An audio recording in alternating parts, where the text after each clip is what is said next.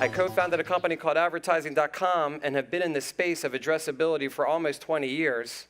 And today what I'd like to discuss with you is what is the path for addressability in television and the converging worlds of television and video. So I hear that TV is great.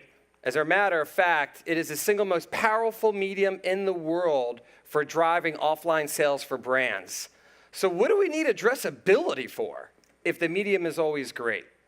Well, let's take a look at what's happened. Number one is that convergence is here. People are consuming television-related content on multiple devices. And if we look back at where addressability started, direct mail, telemarketing. And then inside of digital, it started with display, and then it eventually went to video. And that opportunity for addressability and showing the right ad to the right person at the right time in a one-on-one fashion was fantastic. But when consumer behavior changed and people started looking and viewing their television content across multiple devices, the question became, what is television? What is video? The lines and the distinctions between the two were blurring. And it was quickly seen, as we noticed from a survey, or a study, I should say, we did with Forrester, where Forrester interviewed 150 United States professionals in the agency, brand, and media company enterprises and asked them several questions about the future. And what we found is that all of those participants, by an overwhelming majority, felt, and this was almost a year ago, that within the next 3 years, which is really now the next 2, that we will be planning and buying television and online video in a holistic manner. So you say, well, wait a minute. If the industry wants it and they're asking for converged planning and buying, ideally, and we like to be idealists for a second, wouldn't I want the best of both the linear and the digital worlds in my convergence play? And we would argue that one of the greatest aspects in the digital side that we can bring to television and in convergence is addressability. So that's why we're here. That's why addressability has come up. It's been driven by convergence. And what we're finding is that while addressability, although it started in direct mail and went to telemarketing, on the digital side, it took off, and it was tremendously successful, predominantly in display, and as we said, it moved into video. However, display advertising is distinctly different from television. And if we take an addressable approach, the way that display advertising unfolded, we believe we will not serve the television industry well. Why? Because TV is very different. Number one, the primary goal of television is to sell offline goods. The primary goal, not the only goal, of display advertising is direct response for majority online transactions. Premium content matters a lot. It performs better, and it's scarce in TV and online video. Display advertising impressions are wildly abundant and in excess. Number three, the television marketplace, for the most part, operates on guarantees.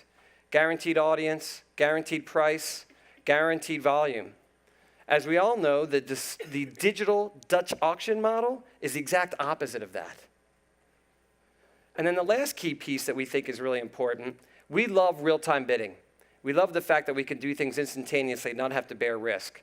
But if you look at the television business, well over 80% of the entire transactions that occur in that industry are not at the real-time or near real-time basis. The vast majority of it is a planned medium done up front, where a huge portion of it's planned 12 to 18 months out in the upfronts, and then another chunk of it's planned in many, many month portions called the scatter market. These are the four main differences that we feel differentiate TV from digital, and why we can't just take the same display approach to addressability inside the television world. Well, Scott, that's great. Thank you for telling me we can't do what we did. What are we going to do? So we argue that the path to addressability in television, Once again, television, the definition of that is evolving. It's all screens and all devices. But we believe that path is not going to be as simple as a straight line. One could argue that this industry about addressability in television has been in operation for over 20 plus years. We don't think in one day we're all of a sudden going to get to full addressability. We do believe that there are stepping stones and milestones to get there. And on the far left, what you'll see is the broad approach to television marketing, which started with generic audiences, age and gender, and the gross rating point. And on the far right, we get to what we call addressable. And in the case of television, while the ideal is one ad to one person uniquely, we would argue that in addressable television, one ad to one household uniquely is a reasonable threshold to call addressable television. There's about 2.3 viewers per viewing household in the United States of America. That's still awfully good. And the further complication about this path on the way to addressability is that we are consuming all of this content on multiple devices. Each device is different. Each device has a different path and is on a different part of the path for addressability. And when you combine all that together, it's pretty complex. So how are we going to get to addressable when it's a stepping stone, multiple devices, and lots of fragmentation? We would argue the best path, the only path to get to addressable television is how we define programmatic. And we believe a programmatic approach focuses on the 4 key functions that a demand, an advertiser, or a supply, a media company would operate. If I'm an advertiser, I plan, I buy, I execute and measure. And if I'm a media company, I sell, I source, and I execute and measure. And our objective to get to addressability is to take all of this and automate it, point 1. Number 2, data-driven and informed. It's okay to automate, but if I don't have data, that's not programmatic. And third, if we're talking about television, we better call this a cross-screen world because the world TV is no longer the world that many of us grew up with. To do those 3 things, to get automation, data-driven, and cross-screen programmatic capabilities, there are many things that people need. We try to put it into 3. The fluidity of data, the flexibility of media, and the fusion of technology. I'll talk briefly about each one. So, on data. Data is arguably the foundation for addressability. Without understanding something unique or a piece of information about someone, it's hard to address something to them. However, there are multiple different types of data sets: lifestyle and demography, purchase behavior, viewing habits on television and digital devices, as well as all the data that individual agencies, advertisers, and media companies themselves bring to the party. And what's interesting is that you need all of that data to be correlated to one unique ID. If I know that I'm a 40-year-old male, but another data provider knows that I have 4 children, but I can't put those 2 things together, that's not very useful.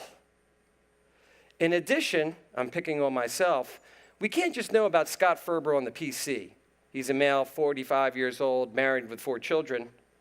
We want to know all the other things he does on the mobile device. And if he's looking at a car site and is in market for a car on a website, can I find and use that data and inform my television buying and selling opportunities that I have if I'm a media company or an agency? So the opportunity here is to bring all the data with a common ID, have that data across all devices so we can find the same person with all that data across the devices. And then lastly, we must be able to activate against it. There is so much data in the world. There are many companies who have large repositories of data, but only a small fraction are turning that data into valuable information. And you need to be able to activate on that data to do anything about it. Just to know that I'm a male, 45, married with 4 children does me nothing if I can't use that data against a piece of media and deliver the ad to it. That's the activation component. So we have to cut across devices, we have to have a common ID, and we've got to activate our data to be successful for addressability to happen in TV. Second main thing we need, in addition to fluidity of data, is the flexibility of media. So the first picture that you see on this chart is just a rough breakdown from what we've heard at this conference of how you can classify media. It is by no means exhaustive, but it already has a lot. VOD, mobile video, broadcast, cable, national, local, online video, and connected. Plus 50 million other ways to subdivide that. That's one level of complexity. Each of these has different capabilities for addressability today and in the future and requires different things to do to get that. In addition, you have a temporal or time aspect associated with buying and procuring and managing all this media. There's an upfront, there's a scatter, there's what we would call in most non-advertising circles the almost immediate or near real-time marketplace. And all three of those have different buying models associated with them. So if we want to be addressable, we need to be addressable across all of this media, across all of those time periods, and across all those different buying models. And that's a lot of complexity. And none of them are all on the same exact path or point on the way to addressability. So you have this great fluidity of data. We have a tremendous access to media that we can obtain, source, manage, and execute in a multitude of ways in buying models. But the whole thing is so complex, how am I going to manage this in an Excel spreadsheet? You're not. That's the reality of it. And what we feel, the last key piece is the fusion of technology. So a lot of people say to us, well, that's great. Is this old technology or new technology? It's both. Is this a demand platform or is this a supply platform? You've got to address both. Because in order to make addressability happen, we need to bring the old and the new together. We need demand and supply to work together. Is it reserved or RTB? Yes! Is it linear or digital? Yes. Here's the quick example. On data, we've ingested over 40 different data providers of Videology with tens of thousands of different attributes. We also have the only integration in the world with Nielsen that combines their online and offline data in a way that allows us to normalize all of the new data against all of the traditional data. You gotta do both to make it happen. Great. Now I know there's a path to addressability. Now I know I need three things to get there: fluidity of data, I need this phenomenal flexibility of media, and I need my last key component, which is my fusion of technology. Like, do I even really care? So what?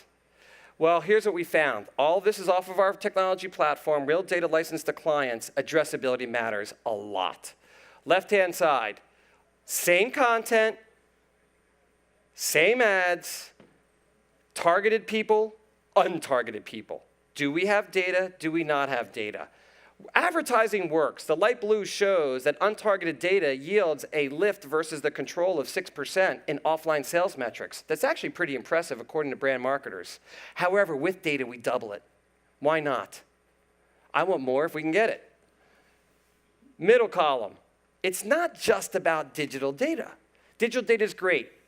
Two right-hand bars show that online purchasing data and targeting, which everyone loves, and online demo targeting, which people thought wouldn't work, both work pretty well, actually. Versus the control, I'd rather be targeting because I get 20% improvement in my offline sales metric called units velocity. However, when you combine TV data with PC data and put the two together and you have cross-device data, you end up with a 50% better result. Same ads, same content, leveraging your distribution channels and your data in a cross-device manner has a huge impact. Cross-device, automated, data-driven. Last key comment, it's great to make a marketer happy, but if you don't have a good ecosystem, unless the media company is sound as well. This is, once again, all real data. We had a platform client who had what we would call undifferentiated impressions. They were great in context media, but they had no data with it, and they were generating an average of 50 cents cost per thousand as yield. We gave them authenticated data that was cross-device. And just with that ability to have that data, their sales force generated a 10x improvement in the effective CPM for the same impressions. So addressability works great for the marketers, works great for the agencies, and it works great for the media companies. And that's why we're so vested in trying to make it happen. However, it's going to take time, but the path to addressability offers huge opportunities along the way. It is a multi-device world. It will take many steps, does require automation, does require data, it does require technology, and if you can apply the fluidity of data, the flexibility of media, and the fusion of technology, we believe you can achieve through programmatic approaches true addressability in television, and along the way, enjoy a tremendous amount of benefits. With that, this is just the end of the addressable television presentation. I believe we have 5 minutes left. I could probably take a question or two if anyone from the audience would like to pose one. Tracy? What is the primary challenge right now? Because I know that the broadcasters, there's a certain rule where the broadcasters cannot necessarily implement addressable because they in a C3 setting, right? Because they have to, you have to be able to track the same ads in that window, whereas in the addressable universe, it's more about flexibility. So how does the addressable industry, like a company like Videology, how do you communicate the opportunities behind what you offer to an entire industry that needs to make a sea change? Wouldn't you say that there needs to be an entire industry change to move in this direction? We believe it requires a tremendous sea change of thinking. Now, here's the good news. We've been working at this for 20 years as an industry, and there are examples where in several of the MVPDs, the 2 minutes of local media that they represent, they have the pipes, they have the ability to make local or television addressable at the set-top box level. That's happening. It's just a small, tiny sliver. If you said to me, what's going to be the needed to do is deploy the technologies that enable addressability, because we could change the way we do business, but it wouldn't matter if we can't do it. So the first thing we need to do is be able to actually send addressable ads through this legacy technological infrastructure called the linear feed television experience. Mm-hmm. Once we can do that, which is infinitely easy over the top, or infinitely easy in connected TV, or a lot easier in digital video, once we can do that, we can then go to the industry and say, look at the benefits of addressability. Let's change the way that we do business.